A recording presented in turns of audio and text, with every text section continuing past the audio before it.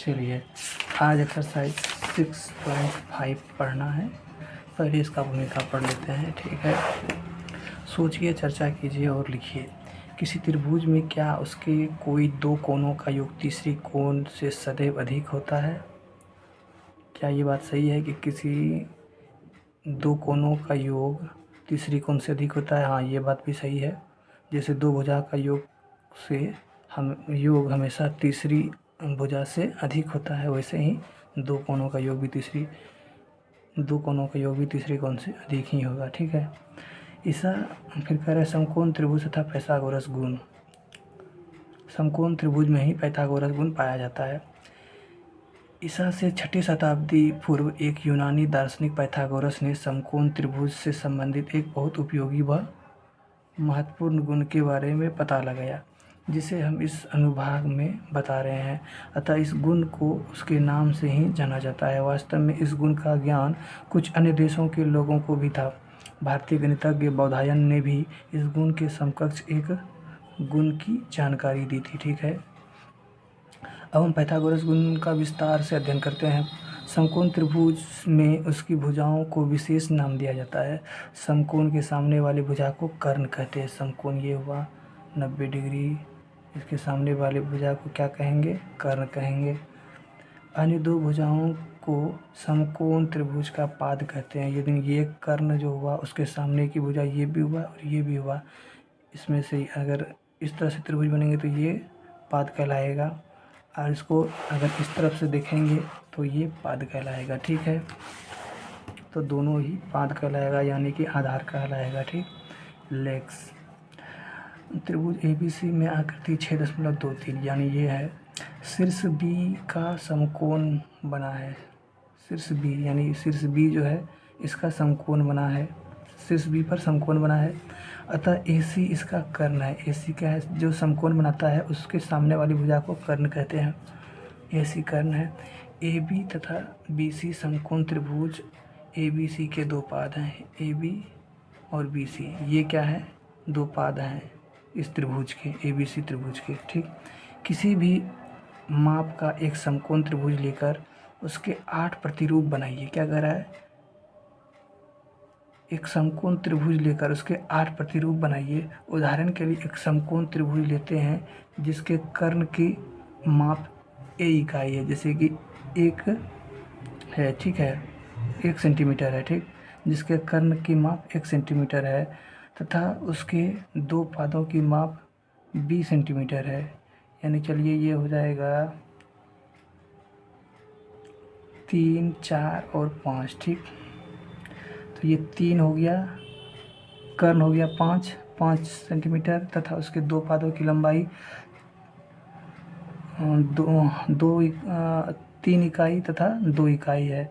एक कागज़ पर एक समान माप वाले दो वर्ग बनाइए जिसकी भुजाओं की माप B+C हो। एक कागज़ पर एक समान माप वाले दो वर्ग बनाइए, ठीक है, जिसके भुजाओं की माप B+C हो। ठीक है, एक वर्ग बनाते हैं, ये जैसे वर्ग हुआ, इसकी भुजाओं की माप क्या है? B और +C है। ठीक, ऐसे करके है, और उसके बीच में ये एक वर्ग बना हुआ है जिसकी प्रत्येक भुजा की माप A है। ठीक, बना दिए हैं। जैसे क्या करती 6.25 में दिखाया गया है, और ये 8 त्रिभुज बनाना है। जैसे कि पहले वाले वर्ग में सिस्टमेटिक ढंग से ऐसे करके दिखाया गया है।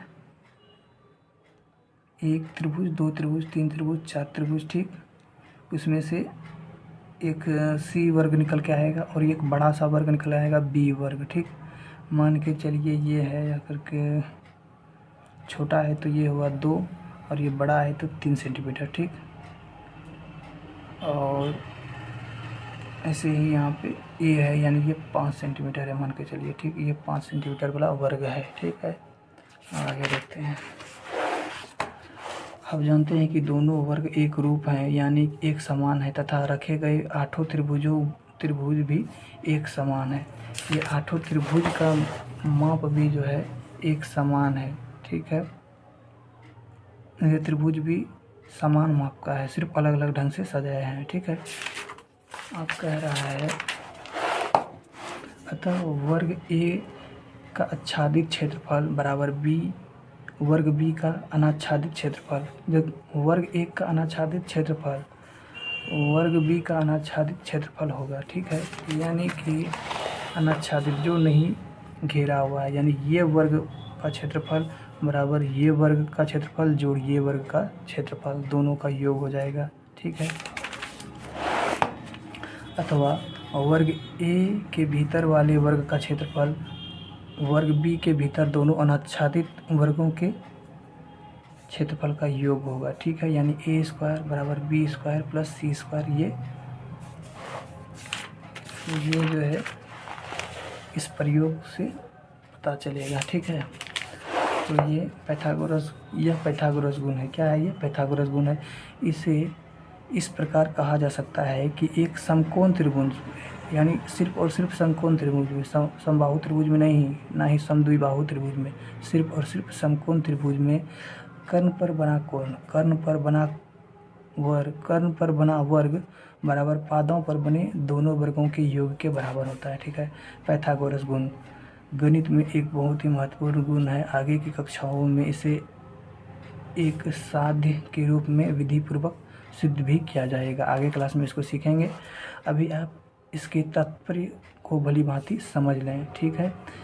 पाइथागोरस होता क्या है? कर्ण का वर्ग बराबर होता है आधार का वर्ग जोड़ लंब का वर्ग, ठीक।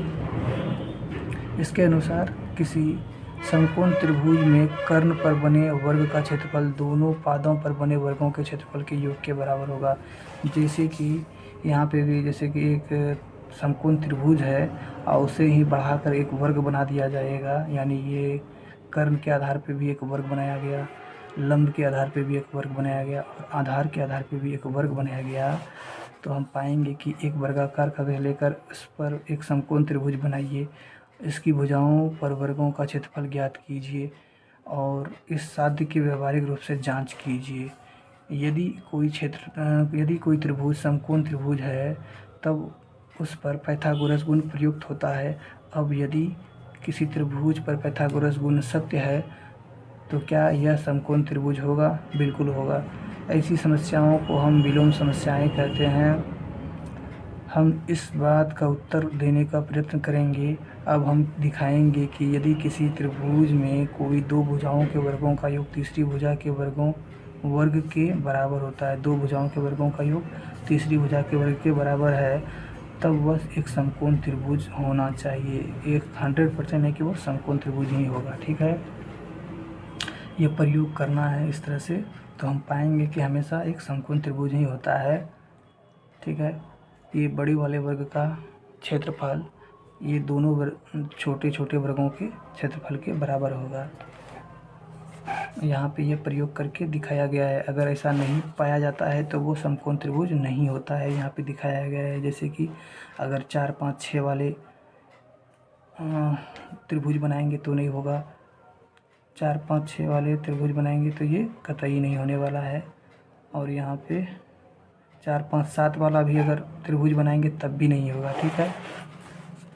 इस प्रक्रिया से पता चलता है कि पाइथागोरस गुण केवल तभी प्रयुक्त होता है जबकि त्रिभुज एक समकोण त्रिभुज हो, यानी समकोण त्रिभुज हो, एक कोण हमेशा 90 डिग्री का हो, ठीक।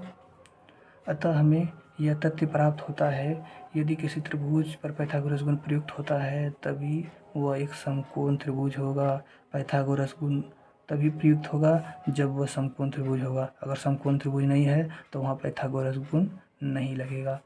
जैसे कि उदाहरण 5 में दिया गया है, एक त्रिभुज की भुजाएं 3 सेंटीमीटर, 4 सेंटीमीटर और 5 सेंटीमीटर लंबी है। निर्धारित कीजिए कि क्या वह एक समकोण त्रिभुज है।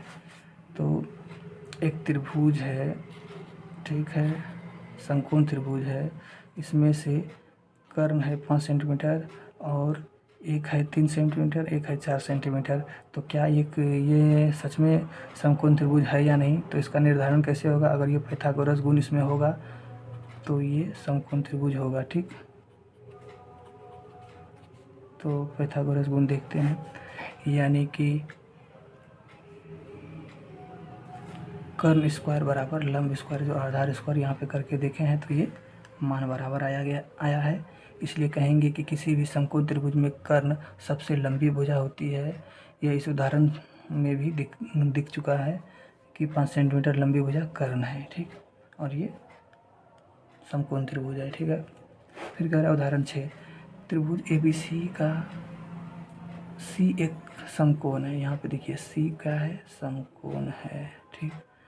यदि AC 5 सेंटीमीटर है, AC क्या है 5 सेंटीमीटर है, तथा BC 12 सेंटीमीटर है, तब AB का लंबाई ज्ञात कीजिए। AB का लंबाई ज्ञात करना है, यानी कर्ण बताना है। तो सेम वही फार्मूला लगाएंगे, कर्ण स्क्वायर बराबर लंब स्क्वायर जो आधार स्क्वायर। इस आधार पे ये दोनों का योग हो जाएगा 169 और ये स्क्वायर है तो बराबर के इस तरफ आने पर ये वर्गमूल के रूप में चिन्हित हो जाएगा और 169 का वर्गमूल हो जाता है 13, ठीक। तो AB का मान आ गया 13। पूर्ण वर्ग संख्याएं पहचानने के लिए आप अभाज्य गुणनखंड विधि में ला सकते हैं, ठीक है। 169 को अभाज्य गुणनखंड विधि द्वारा भी आप 13 ज्ञात कर सकते हैं, ठीक है। फिर कह रहे हैं प्रयास कीजिए, x का मान ज्ञात कीजिए, ठीक है।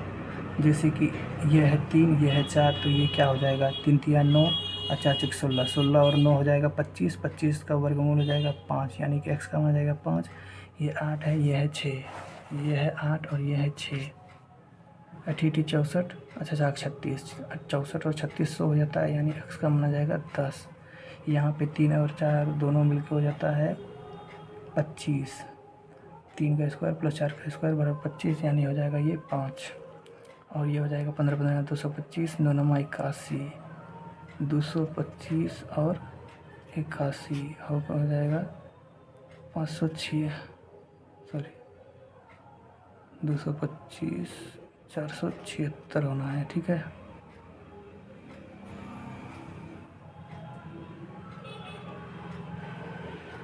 हाँ तो 10 नहीं सॉरी 88 64, 5 4 9 6 2 8, 289, यानी क्या हो जाएगा 13 हो जाएगा, ठीक है 289, ठीक।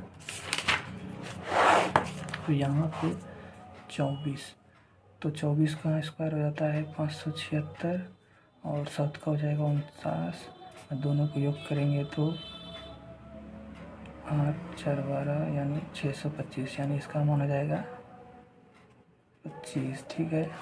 और इसी प्रकार ये दोनों भी ज्ञात कर लेंगे। जैसे तो हम देखते हैं कि ये 12 सेंटीमीटर है और ये 5 सेंटीमीटर है, ठीक। तो ये आ जाएगा, दोनों का योग हो जाएगा, सॉरी ये 12 है और ये 3 है, तो ये आधार हो जाएगा 9 सेंटीमीटर, ठीक है। तो ये दोनों का योग हो जाएगा 9 4 13, यानी ये 13 सेंटीमीटर। x का मान आ जाएगा 9 सेंटीमीटर, ठीक है। अब ये वाली त्रिभुज में देखेंगे तो हम पाएंगे कि ये 37 का स्क्वायर जोड़ 12 का 37 का स्क्वायर माइनस 12 का स्क्वायर बराबर 25 आता है, यानी ये 25 आधार निकल के आता है।